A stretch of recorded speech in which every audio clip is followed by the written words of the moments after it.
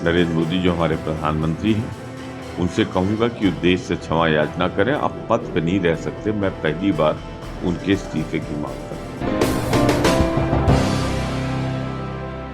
CNC machine से तैयार metro अलमीरा, सुरक्षा की सौगात मेट्रो अलमीरा के साथ। मैं दावे के साथ ही कहता हूं कि भाजपा में ऊपर से लेकर नीचे तक अपराध को बढ़ावा देने वाले भाषण हो रहे हैं।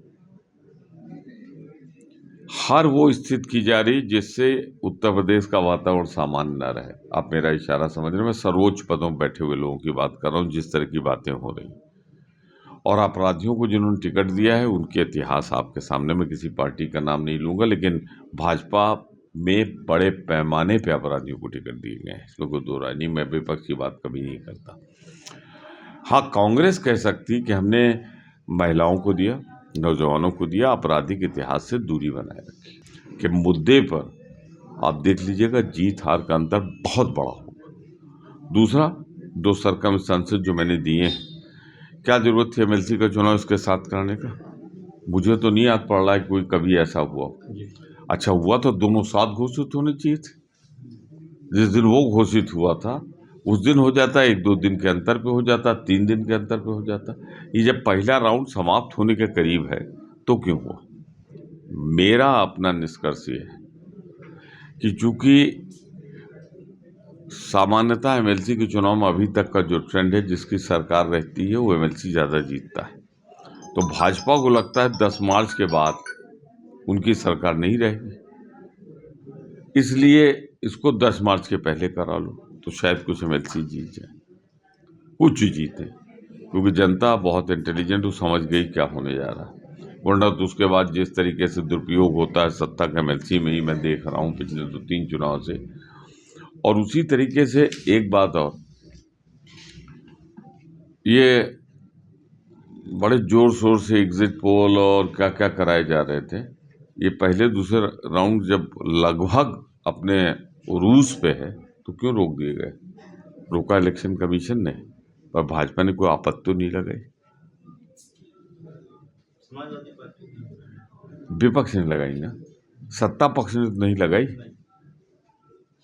तो इसके मतलब क्या, पहले एग्जिट पोल चल रहा था 350 का, फिर 325 आया, फिर 300 के आसपास आया, फिर अब घट के 225, 30, 35 पे आ गया।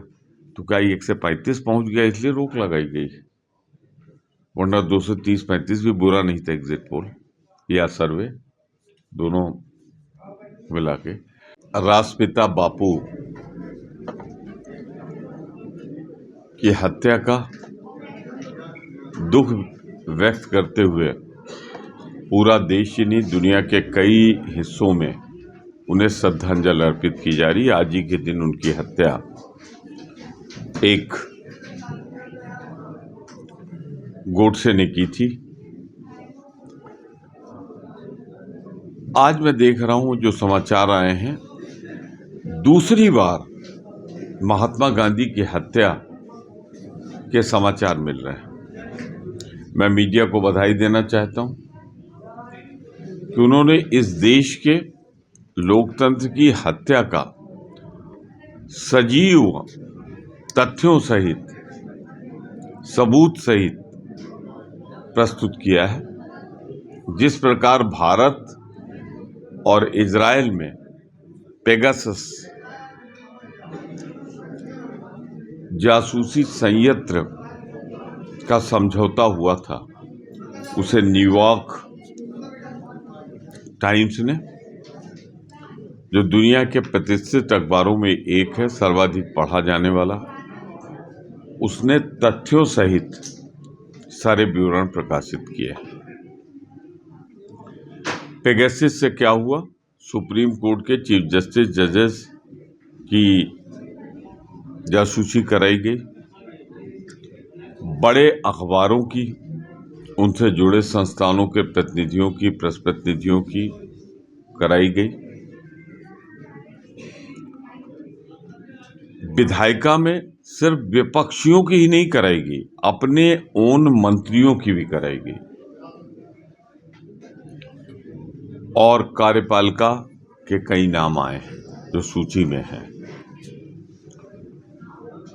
लोकतंत्र 4 स्तंभों पे खड़ा है, कार्यपालिका, न्यायपालिका, विधायिका और पत्रकारिता। चारों की जासूसी हुई। तो यानी एक गांधी जी की हत्या उस दिन हुई थी, शारीरिक रूप से गोडसे ने किया था। आज शारीरिक रूप से तो नहीं, वैचारिक रूप से गांधी की फिर हत्या हुई है और गोडसे ने सशरीर उपस्थित होकर नहीं, उसकी विचारधारा को मानने वाली भाजपा ने किया है। अगर इस देश के ये चारों स्तंभ कमजोर कर दिए जाएं तो क्या होगा? तानाशाही,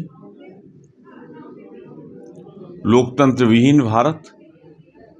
और आज हत्या हुई है महात्मा गांधी की, लोकतंत्र की हत्या हुई है। जो आज़ादी के बाद हमें सबसे कीमती उपहार मिला था वो था भारत का लोकतंत्र। ये किसी रूप में हमें आज़ादी मिल सकती थी, राजशाही के रूप में, लोकशाही के रूप में, तानाशाही के रूप में, पर हमने लोकशाही का रास्ता चुना। और उस लोकशाही में सबसे खूबसूरत उपलब्धि हमारी है हमारा संविधान, जो 4 पाए पे टिका है, उसकी हत्या हुई। तो मैं इसके लिए भारतीय जनता पार्टी सरकार से क्षमा याचना की बात करता हूं और उसके मुखिया मोदी से, नरेंद्र मोदी जो हमारे प्रधानमंत्री हैं, उनसे कहूंगा कि वो देश से क्षमा याचना करें। आप पद पे नहीं रह सकते। मैं पहली बार उनके इस्तीफे की मांग करता हूं। उसमें दूसरी जो मेरी सबसे बड़ी मांग है कि चूंकि इसमें सुप्रीम कोर्ट का भी जिक्र आया कि उनके जज और जो चीफ जस्टिस हुए बाद में चल के, उनकी भी जासूसी हुई है, तो ये सुप्रीम कोर्ट के लिए भी अब आवश्यक हो गया है, अनुरोध है मेरा, आवश्यक हो गया है कि उस न्यायपालिका की गरिमा की रक्षा के लिए वो अपनी देखरेख में, अपनी निगरानी में एक एजेंसी का गठन करें और ये जो आरोप तथ्य सामने आए हैं वहां उठे। और आज भारत की संसद में सारे दलों से मेरी अपील है कि अब ये समय नहीं रहा कि वो दूर दूर रहें। लोकतंत्र पे हमला है, इसलिए संसद के प्रथम सत्र में प्रथम दिन से इस मुद्दे को वो उठाएं और तब तक उठाएं जब तक ये सरकार घुटने टेक कर माफी न मांग ले और मोदी जी इस्तीफा न दे दें। और इसमें मैं आह्वान करता हूं, जो लोग आज भाजपा के साथ हैं भी और उनका अगर लोकतंत्र में विश्वास है तो उन्हें भी सरकार में रहते हुए इसकी मांग उठाएं। देश दुनिया की ताज़ा तरीन खबरों से रूबरू होने के लिए सब्सक्राइब कीजिए आपका अपना चैनल NDTV भारत।